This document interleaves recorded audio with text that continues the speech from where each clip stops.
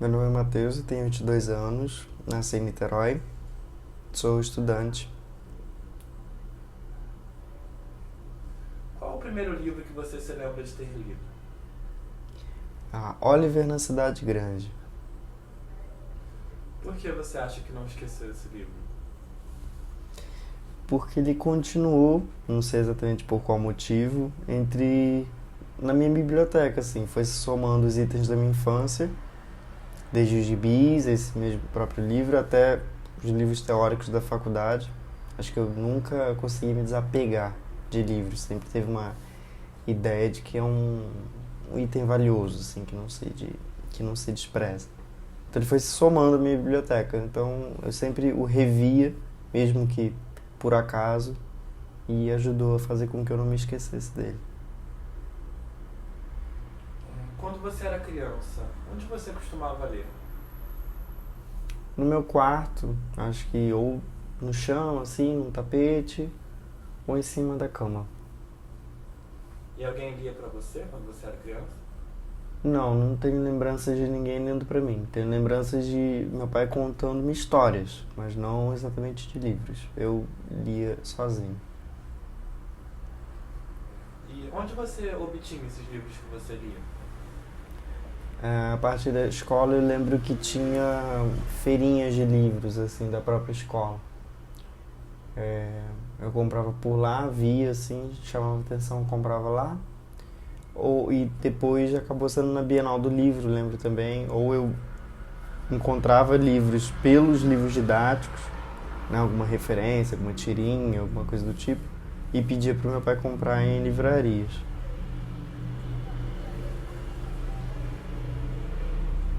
Você saberia dizer na infância por que você gostava de ler? Acredito que tenha sido muita influência do meu pai, não tenho uma lembrança disso, mas pelo que eu sei dos valores dele do que ele projetou em cima de mim em termos de criação, educação, esse tipo de coisa, tenho certeza que ele desde muito cedo fez com que eu tivesse contato com a literatura, né? E com conhecimento de uma forma geral. E você se sentia afastado das outras crianças ou você achava que as outras crianças liam também conforme você lia? Não, acho que eu demorei muito a ter uma ponte entre o que eu lia e outras crianças. Não gerava um fator de exclusão, mas eu acredito que fazia parte de algo que era íntimo meu, num primeiro momento da minha infância. Então que eu não compartilhava com as outras crianças. Não me sentia excluído, mas não era algo que fazia parte de uma partilha com outras crianças, só no decorrer já da adolescência. Que livros haviam na sua casa? E onde eles ficavam? Ficavam num quarto de estudos que tinha em casa, meu pai chamava de escritório. Tinha os livros dele, né, da faculdade, o que ele gostava. E pouco a pouco foi sendo tomado por livros meus ao decorrer do meu avanço na escola.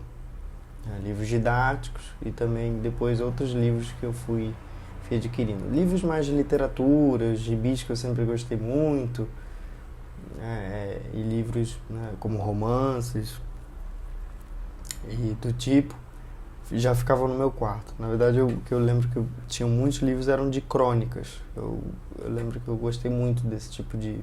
E depois poesias um pouco, mas crônicas sempre me chamaram muita atenção e foram uma parte considerável da minha biblioteca. E ficavam no meu quarto. Agora saindo um pouco da sua infância, quais e como eram as suas leituras na adolescência, juventude? Pouco a pouco foi saindo do ficcional e passando para livros de teoria e análise, né, quase sempre. Eu lembro que eu comecei a ler jornal no ensino médio, né, e já livros de teoria mesmo em análise. Eu lembro, por exemplo, de O Mal-Estar na Civilização, do Freud, que eu adquiri na minha adolescência, nessa transição exatamente da escola do ensino fundamental, perdão, para o ensino médio. a partir dos livros didáticos, conversando com os professores também, acabei demandando essas leituras que sempre são chamadas de extra classe ou extracurriculares, né? Acabei me interessando nisso, até pensando já um pouco no ensino superior. E você achava que nesse período de ensino médio você extrapolava um pouco essas leituras extra classe? Não, acredito que não, porque eu também dedicava muitas horas nos estudos das próprias disciplinas escolares. Isso não me permitia ir muito além disso. Lembro também, falei do jornal, né, e alguns periódicos também, como por exemplo o Le Monde Diplomatique, eu lembro que me atingiu muito. Eu comecei a pesquisar revistas também, aunque não eram exatamente livros, né, mas também saía um pouco desse extra classe. Mas mesmo assim não dava para me distanciar tanto do estudo mesmo do caderno e dos livros didáticos da escola. Hoje, que tipos de livro você costuma ler? Hoje é uma leitura que eu considero bastante fragmentada. Quase sempre são capítulos ou partes de livros de teoria e análise, o que justamente permite com que se leia parte, né? Muito influenciado por uma cultura acadêmica. E os livros são, quando eu leio um livro inteiro, é de teoria e análise. Tenho me dedicado muito a livros sobre teoria na educação, né, ou em ciências sociais. Afinal, eu faço ciências sociais na modalidade de licenciatura. Mas eu sempre tenho em mente, como uma cobrança persistente, apesar de eu não atendê-la, de que me falta, mas de vez em quando assim, eu sinto que em momentos de, digamos, de crise, né, eu uso como escapismo a leitura de poesias, por exemplo, até porque poesia eu gosto que eu sempre chamo de doses medicinais. Você consegue ler uma, duas, algumas poucas páginas, uma crônica, um conto, e eu sinto que me sacia. Mas a maior parte, em termos de páginas, né, de conteúdo, são livros de teoria e análise. E quantos livros você costuma ler por mês? Justamente pela leitura fragmentada, eu acredito que é muito difícil colocar em termos de livros. Livros completos, nenhum. Mas partes, né, capítulos de livro de teoria e análise, eu acredito que cheguem a 5. Isso varia bastante. Mas se a gente colocasse numa média, eu teria contato com, digamos, uma média de 5 obras. Mas ler um livro por completo, eu não leio nenhum por mês. Você poderia explicitar pra gente que livros são esses, teoria, análise, que capítulos são esses? Isso é muito influenciado com o plano de estudos do semestre no qual eu tiver matriculado. Falando do mais recente, no que eu ainda estou cursando, eu tenho tido maior contato em obras de Pierre Bourdieu. Tenho cursado uma disciplina específica desse autor, né, e da obra dele tive contato com, acredito que cerca de umas 8 obras ou mais, né? Algumas 2, 3 capítulos, algumas só um capítulo, e agora eu tenho me dedicado também a um livro inteiro que é a Dominação Masculina, mas em parte geral da sua obra. Tenho tido contato também com leituras da teoria sociológica clássica, Weber e Marx. Em Weber, Economia e Sociedade é uma referência, a Ética Protestante e o Espírito do Capitalismo é outra, e a Metodologia nas Ciências Sociais também. E em Marx, lido também partes muito fragmentadas, mas o Capital é um livro central. E na Teoria da Educação, como me referi, Libânio é um livro o qual eu tenho tido bastante contato na área de didática, e algumas outras obras também da área educacional, Ilma Passos Veiga, por exemplo, na parte de educação. É o que eu consigo me recordar por agora. Você disse que você cursa uma disciplina do Pierre Bourdieu, certo? Uhum. Essa disciplina é obrigatória da sua grade? Como é? Você optou por fazer? Ela é optativa, letiva? Ela é optativa. Foi uma escolha minha, na verdade, desde antes de eu entrar no próprio curso de Ciências Sociais. Eu já tinha pesquisado a grade, eu já tive um contato durante o ensino médio com parte, né, um contato inicial com o pensamento de Pierre Bourdieu, através, na verdade, do YouTube, né, de videoaulas do professor da USP, palestrante Clóvis de Barros Filho, bastante conhecido, e me encantei pelo pensamento de Bourdieu. Eu acredito que tenha sido uma grande influência para eu escolher o curso de Ciências Sociais. Mas era uma disciplina que, além de ser optativa, ela não é aberta, não abre-se turmas todos os períodos. E como eu já sabia que tinha uma carga teórica densa, eu optei por deixar um pouco mais para o fim, né? E agora eu me vi no último ano da graduação, abriu-se uma turma, eu falei, bom, ou é agora ou nunca. Então eu me matriculei nessa disciplina, já ciente de que é um autor que é conhecido por ter por uma produção imensa em tamanho e também em variedade de assuntos abordados, e também uma linguagem bastante hermética. Então, em termos de leitura, é um autor que você precisa estar com uma habilidade de leitura bastante desenvolvida. Eu não me considero no patamar necessário, mas eu sei que se fosse antes, teria sido praticamente impossível de cursar essa disciplina. Dessas leituras que você fez nesse último ano, quais mais te marcaram e por quê? Eu destacaria uma obra que eu estou tentando lê-la por completo, acredito que eu consiga nas próximas semanas, é A Dominação Masculina, também do Pierre Bourdieu. Porque é uma obra que o subtítulo, e de forma geral acredito que os subtítulos de Pierre Bourdieu explicam muito sobre a obra. O subtítulo dessa obra é sobre a violência simbólica, e pode-se dar a entender que ele está falando da violência simbólica exercida pela dominação masculina, ou seja, em uma relação de gênero. Mas, na verdade, eu consegui entender de uma forma muito mais generalizada essa forma de violência, essa forma de poder, que é muito subjetiva em diversas instâncias das relações sociais, não só na nossa sociedade. Por isso foi bastante marcante. Então, nesses termos, ele enfatiza, por exemplo, como as relações de dominação elas só são efetivas quando elas nos fazem acreditar que o mundo, ou a maneira pela qual vivemos, é a única possível, ou é universal. Isso mostra como a dominação está sendo bem feita, bem efetiva, né, usando termos sociológicos.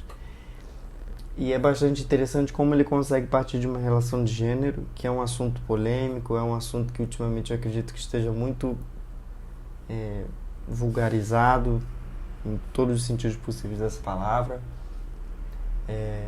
E ele enriquece a partir de uma relação particular diversas instâncias das relações sociais. É muito difícil, após essa obra, você não conseguir enxergar relações de dominação silenciosas, muitas vezes violentas no sentido conceitual da palavra, mas pacíficas ao mesmo tempo. Isso causa nos mesmos termos do autor, uma verdadeira revolução simbólica na maneira de conceber o mundo. Por isso, acredito que seja bastante marcante.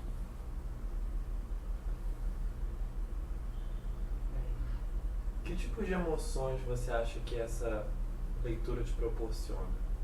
Uma satisfação, de curiosidade, de um momento?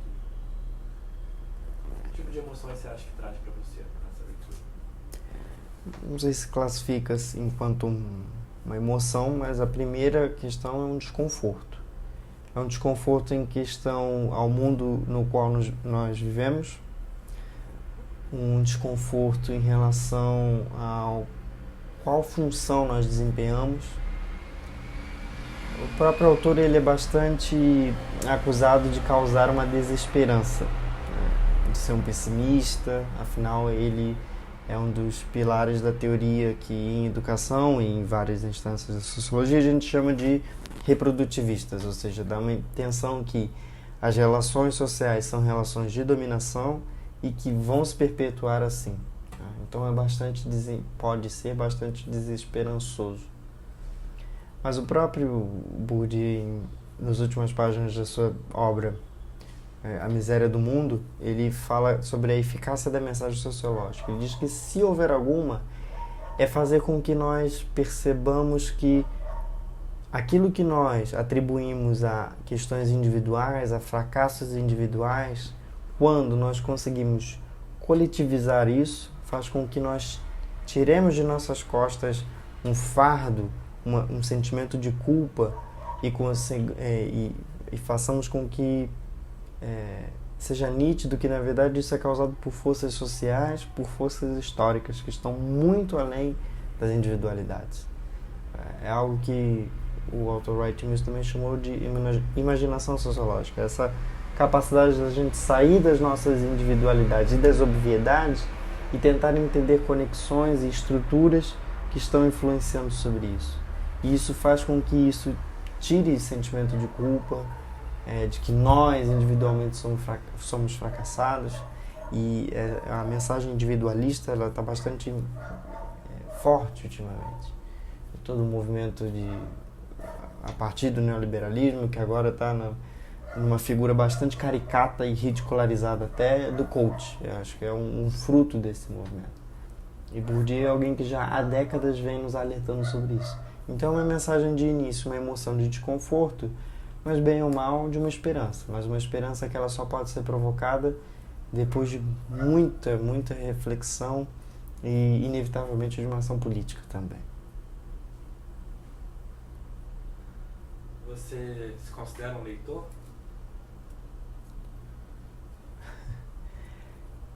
É uma pergunta complicada. Eu acredito que o termo leitor ele seja muito ligado à ideia de livro, e livro, no senso comum, quase sempre está ligado ao tipo de literatura ficcional, de romances, e nesses termos não, eu não seria um leitor.